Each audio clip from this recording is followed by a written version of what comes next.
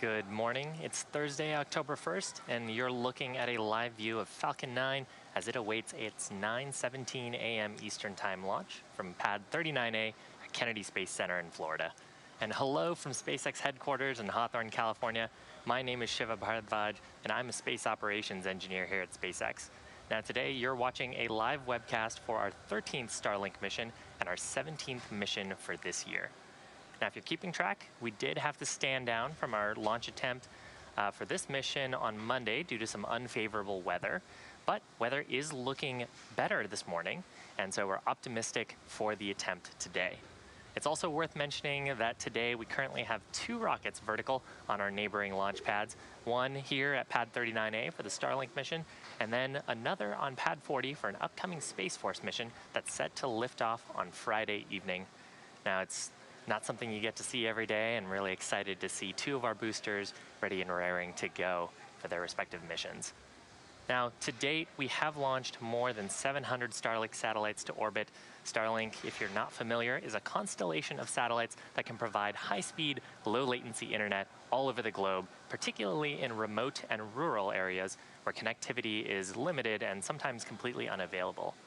Now, today's mission will be a little bit longer than our recent Starlink missions.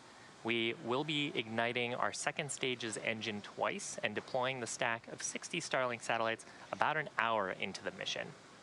By deploying our satellites after 2 burns instead of 1, it allows us to get into a circular orbit, and that helps the Starlink satellites get to their final intended orbit about 550 kilometers above the Earth's surface a little bit faster. Now, at this point, T-minus 9 minutes and 30 seconds-ish, we have all systems go for an on-time liftoff this morning.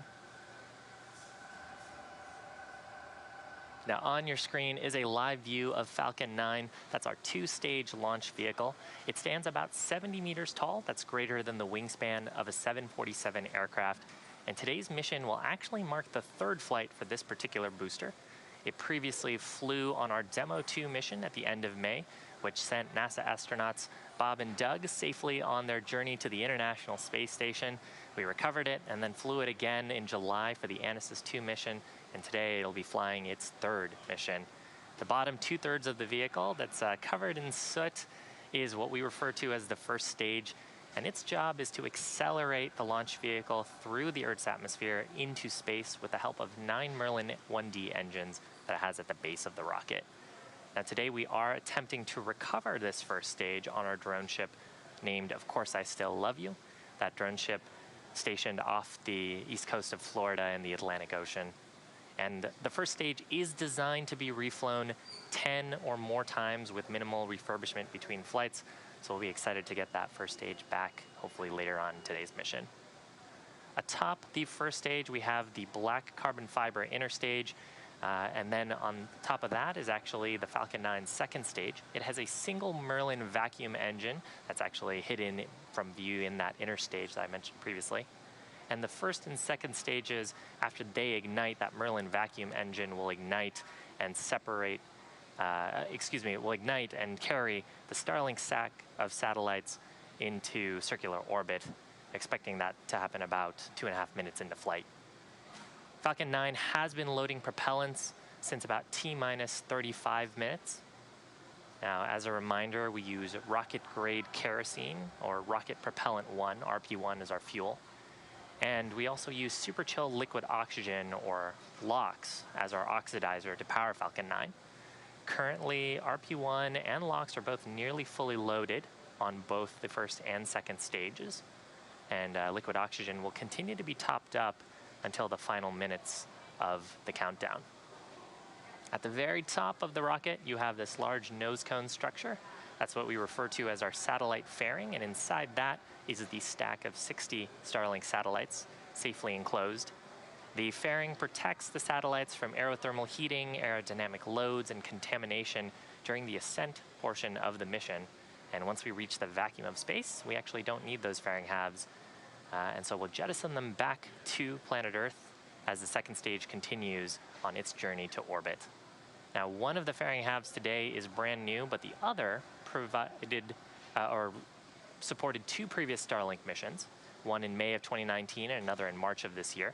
And we will be attempting to recover both the fairing halves today using our recovery ships Mystery and Mischief. About 2 minutes before the fairing halves are expected to land, the recovery team will conduct a go, no-go poll for the catch. And if the weather cooperates, weather is an important factor, and hopefully we'll see those two fairing halves recovered. But weather, really important for the sea states of the recovery boats, as well as how the fairings return to Earth on parachutes, and so we'll be keeping a close eye on that. Speaking of the weather for the launch is currently go. We have a 70% chance of go, with the possibility of a thick cloud layer rule being the only thing that might stop us. So far, haven't heard anything on the nets. So the vehicle, satellites, weather, and range all looking good for an on-time liftoff just under 5.5 minutes from now. Now, as mentioned on our last Starlink webcast, the first phase of testing with our private beta program is well underway. In fact, earlier on this week, we heard from emergency responders in Washington State, and they shared their experience using Starlink. In the wake of the wildfires that had devastated areas of the state back in August, first responders have been using Starlink for their purposes and also to help bring the residents of Malden internet service while they rebuild their community. Now, Richard Hall, the head of Washington State's Military Department IT division, was quoted saying he's never set up any tactical satellite equipment that has been so quick to set up and anywhere near as reliable. Malden is located about 35 miles south of Spokane, Washington, and it falls within the northern latitudes of the planet, an area that our satellites currently service. Now, the way that emergency responders deployed Starlink is the way, and in fact representative of how Starlink works best in remote and rural areas where internet connectivity is limited or unavailable. Our Starlink network is still in its early stages, but as the network grows, the coverage will also continue to grow. And we're continuing to target a public beta opportunity before the end of the year, so we'll share more information as we get closer to that. If you're interested in the updates when that time comes, head on over to starlink.com and sign up for updates. So about just under 4 minutes to go until liftoff. Falcon 9 moving into the final stages of countdown. At this point, the first and second stages are nearly fully loaded with RP1 fuel and liquid oxygen as our oxidizer. The super chilled liquid oxygen is actually what's creating those white clouds that you're seeing on the second stage there. That's from the liquid oxygen. We have a little bit of venting happening there, so as we continue to top up those tanks. And when that comes into contact with the moist, warmer ambient air of Florida, it causes water vapor to condense and actually literally form clouds. So coming up here, we expect to have prop loading complete T-minus 3 minutes on the first stage, second stage shortly after at T-minus 2 minutes.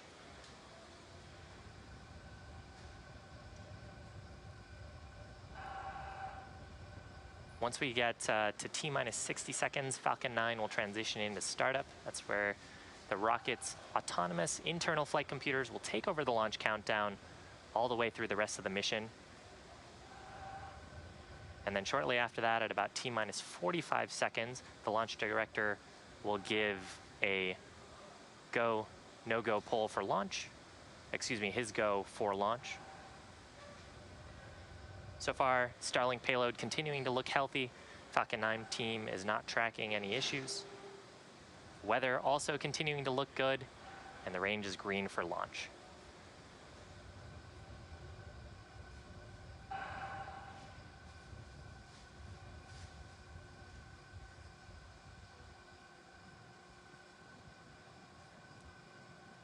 Just passed through T-minus 2 minutes. Stage 2 locks load complete. There's call out for locks load complete, so we're finished loading propellants onto the launch vehicle, first and second stages. We'll expect to see some venting from the transporter erector, that truss structure next to the rocket. That is just to clear out the lines, so any liquid oxygen in those lines being vented out, and then again forming clouds with the moist Florida atmosphere. And then coming up in about 20 seconds, expect to see Falcon 9 go into startup. We'll listen for the launch director's go.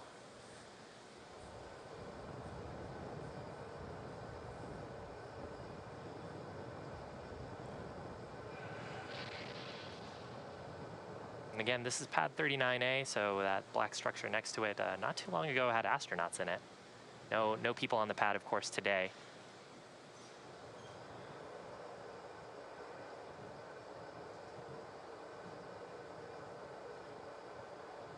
LDs go for launch.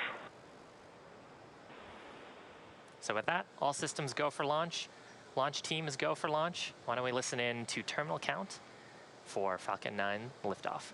T-minus 30 seconds.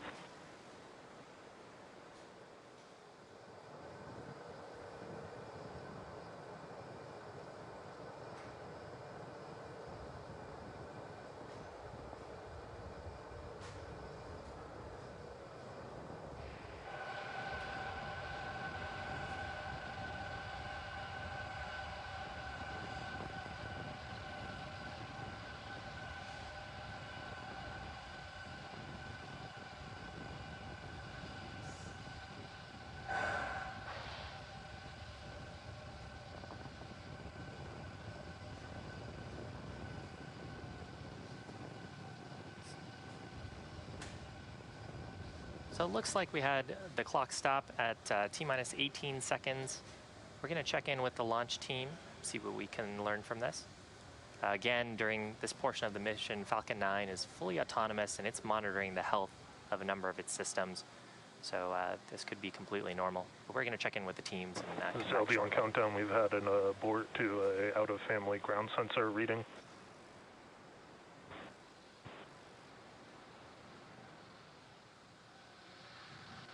So just heard over the nets that we aborted on an out-of-family ground sensor reading. So a number of ground sensors in the pad area that we use to monitor our ground systems, make sure everything is healthy before launch.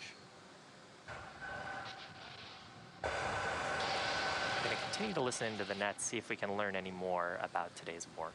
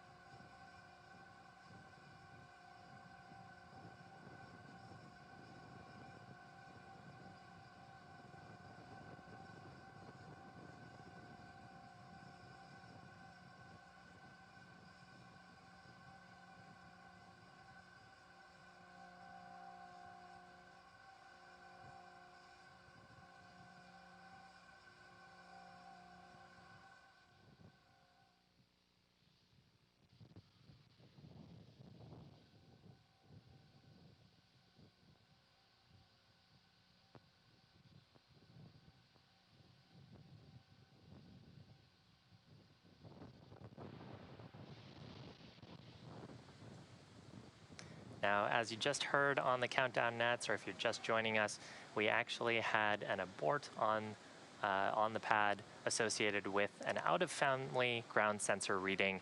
Prior to that, the countdown was proceeding nominally.